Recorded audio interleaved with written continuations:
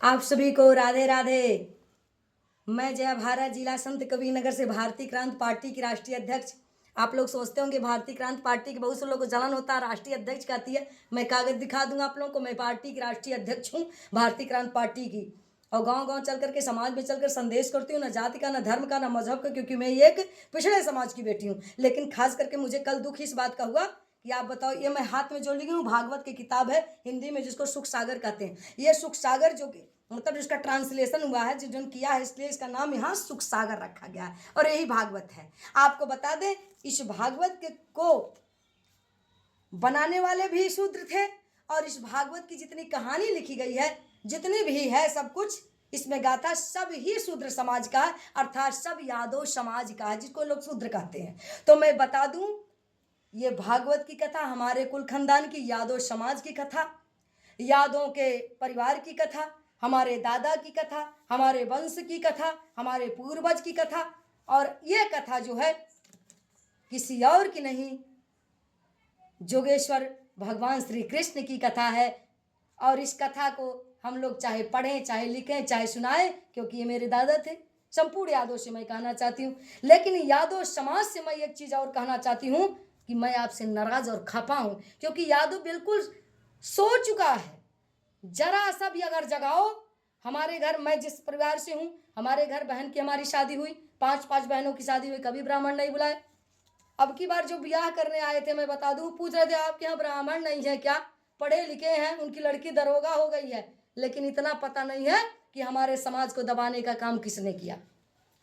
तो मैं एक बात और कह देना चाहती हूँ, चलो भाई, सभी यादव लोग अभी जाग नहीं चुके हैं, तो मैं क्या करूँ, सोए हुए यादों को कितना जगाऊं। लेकिन जाग जाओ मेरे यादव समाज के लोगों, क्योंकि कल जो घटना घटा हुआ है इटावा के बाइकपुर इलाके में, दांदरपुरी गांव में, एक यादव कथाकार थे, आए थे कथा कहने।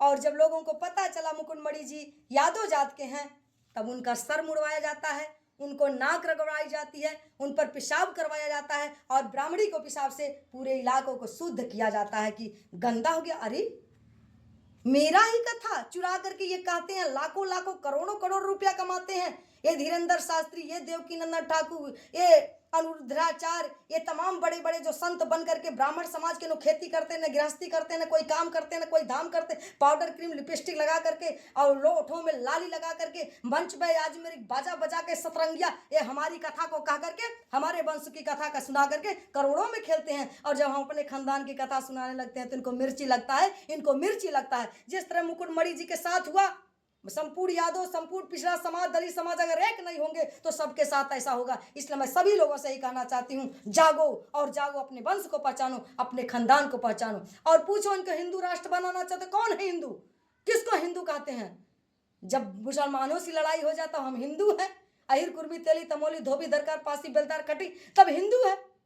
जब लड़ाई वोट किया जाए तो हम हिंदू हो जाते हैं। और हमारी कथा, अगर हम अपनी कथा कह देते हैं तो हम आपको नीच दिखाई देते हैं।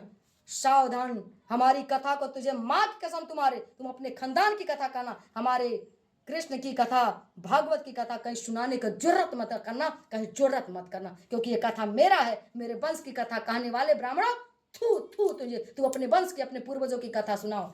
बाकी आप लोग मेरी वीडियो को देखें और संपूर्ण यादव लोग हमें प्रोत्साहन करे। चलिए, मैं भी इटावा में 26 तारीख को आ रही हूँ और तब वहीं पर बात करती हूँ कि आखिर में मेरी कथा को ये कहते क्यों हैं।